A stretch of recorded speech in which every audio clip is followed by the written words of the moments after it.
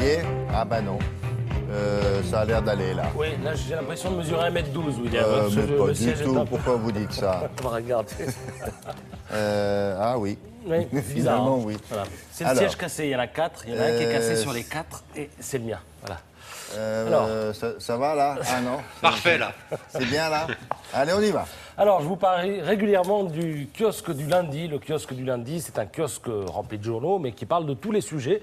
Le kiosque du lundi, c'est un kiosque qui hésite. Il ne sait pas encore quel sera le sujet de la semaine, quelle polémique émergera, quelle affaire tiendra le pays en haleine. Le kiosque du lundi, c'est un kiosque où l'éclectisme est roi. Et en ce lundi, évidemment, les choses se vérifient. Alors, pas franchement de rapport ce matin entre la une de l'Humanité qui raconte la fuite de Blaise Compaoré du pouvoir au Burkina Faso et la une des Échos où il est question de la déflation qui enserre l'Europe. Alors, les prix baissent ou en tout cas n'augmentent pas comme ils le devraient.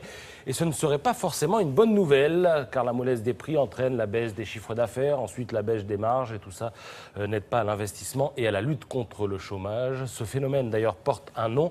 Vous allez en entendre parler. Il s'agit de la japanification. La japanification, ça nous vient du Japon. Le Japon, lui aussi, a connu ça, la déflation, et le résultat n'est pas encourageant. La crise a commencé dans les années 90 et aujourd'hui, elle dure toujours. Japanification. Pourquoi en anglais, Japan? Pourquoi pas japonification? Bon, moi je vous dis ça. Phénomène mondial, anglicisme, tout ce que vous voulez. Éclectisme, vous disais-je. Du côté du Figaro et de l'Opinion, on se penche sur le bilan de François Hollande. Oui, parce qu'on est à mi-mandat. Jeudi, très exactement, cela fera 2 ans et demi que François Hollande est à l'Élysée. Alors je ne vous dis pas ce qu'en pensent ces deux titres, vous l'avez deviné. Tout est contenu dans le titre de l'édito du Figaro. 50% de mandat, 100% d'échec.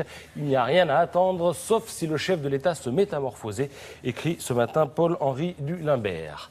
Libération, un tout autre sujet, les drones qui survolent nos centrales nucléaires. Alors en un mois, pas moins de 13 sites nucléaires ont été visités. Ségolène Royal le dit dans Libération, nous n'avons aucune piste, c'est encourageant.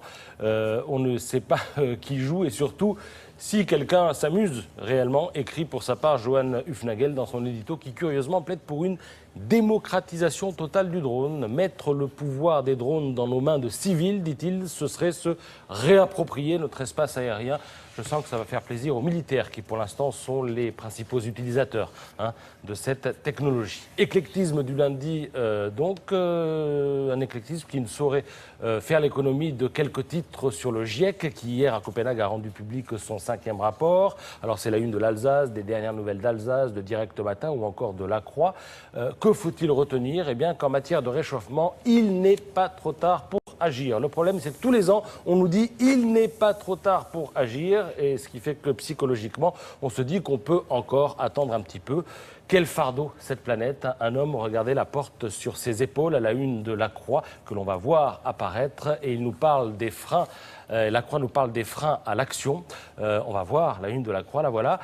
Les opinions publiques sont acquises à l'idée qu'il faut agir, mais rien ne bouge. Alors pourquoi? D'où viennent ces freins? Eh bien, il y en a un qui est majeur et que détaille ce matin La Croix, c'est que ces émissions de gaz dont on parle nous viennent de nos grands-parents et ont des conséquences aujourd'hui. Alors on se dit que si nous on fait un effort aujourd'hui, ce ne sera pas pour nous mais pour les générations futures. Et comme l'homme est égoïste, eh bien on attend et on ne fait rien.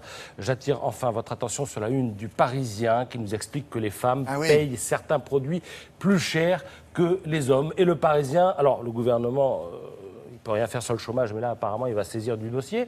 Et le Parisien donne ce matin quelques exemples. Regardez par exemple le déodorant. Voilà, alors 4,11 € pour les hommes et 4,15 € pour les femmes. C'est un grand scandale. Ce que je ne comprends pas, c'est que chez nous, on a résolu le problème, chez les Romden, mais sans doute aussi chez vous, c'est qu'on a le même déodorant pour 2 personnes. Ah bon? Et du coup, c'est le même prix. C'est le même rasoir? Je crois bien qu'on me le pique de temps en temps. Parce que là, les rasoirs, entre le rasoir rose et le rasoir bleu, c'est 3 fois plus cher le rasoir rose. Mais moi-même, parfois, j'utilise un rose. Oui. Donc, c'est pour ça que vous êtes parfois un peu bas. D'accord. Non, ça, c'est intéressant. Merci beaucoup, Patrice.